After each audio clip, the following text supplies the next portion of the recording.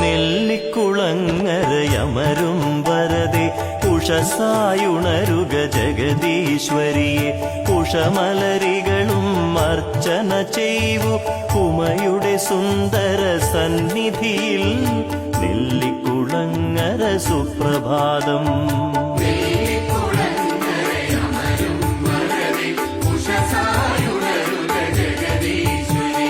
കൊടിമരമമ്മേ തൊഴുതു വണങ്ങി ശയന പ്രദക്ഷിണം ചെയ്തു നമിക്കാം.